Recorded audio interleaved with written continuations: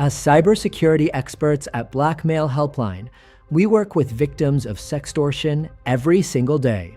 One of the most common and terrifying questions we hear is, will they actually post the video? The fear of public exposure is what gives sextortion its devastating power. But how often do sextortionists really follow through on their threats? And more importantly, what can you do about it? Let's break it down. Welcome to the Blackmail Helpline channel, your ultimate guide to staying safe in the digital world. We specialize in sextortion investigations and have helped thousands of victims around the world.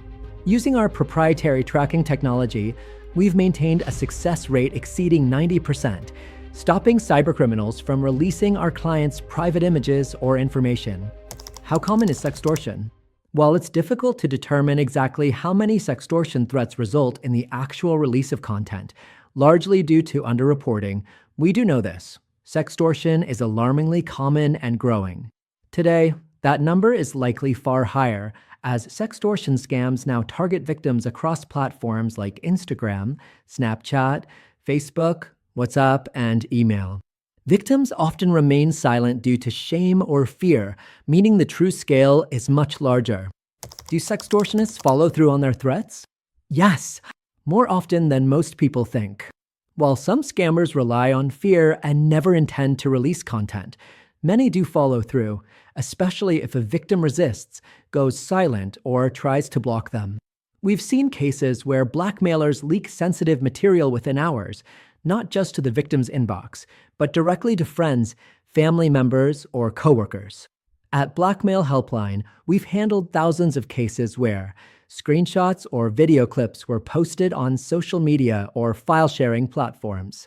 Content was sent directly to people in the victim's contact list. The perpetrator repeatedly re-uploaded content after removal in an attempt to maintain control. When they follow through, the consequences can be devastating.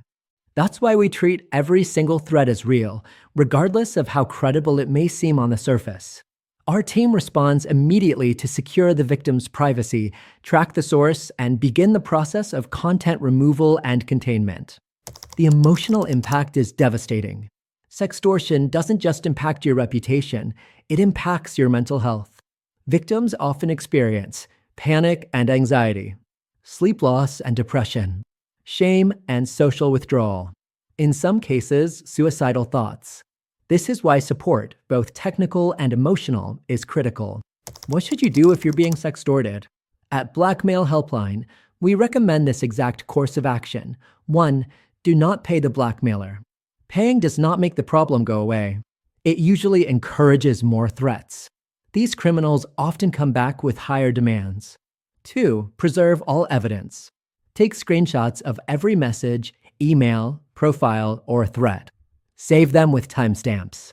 This is crucial if you decide to work with investigators or law enforcement. 3. Report it immediately. File a report with your local police. The FBI's Internet Crime Complaint Center, IC3.gov. This helps create a legal record. 4. Secure your digital life. Change all your passwords, especially email and cloud accounts. Enable two-factor authentication, 2FA. Review your privacy settings on all social media platforms. 5. Get emotional support. You don't have to go through this alone. Talk to someone you trust, a friend, a family member, or a therapist. Blackmail thrives in silence. How Blackmail Helpline can help. If you're being threatened, reach out to our team.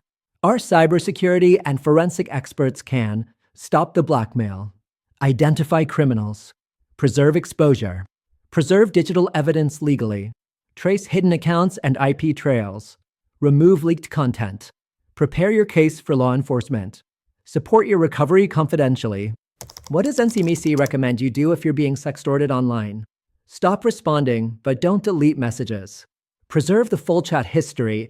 It may be needed for investigation. Take screenshots and save evidence.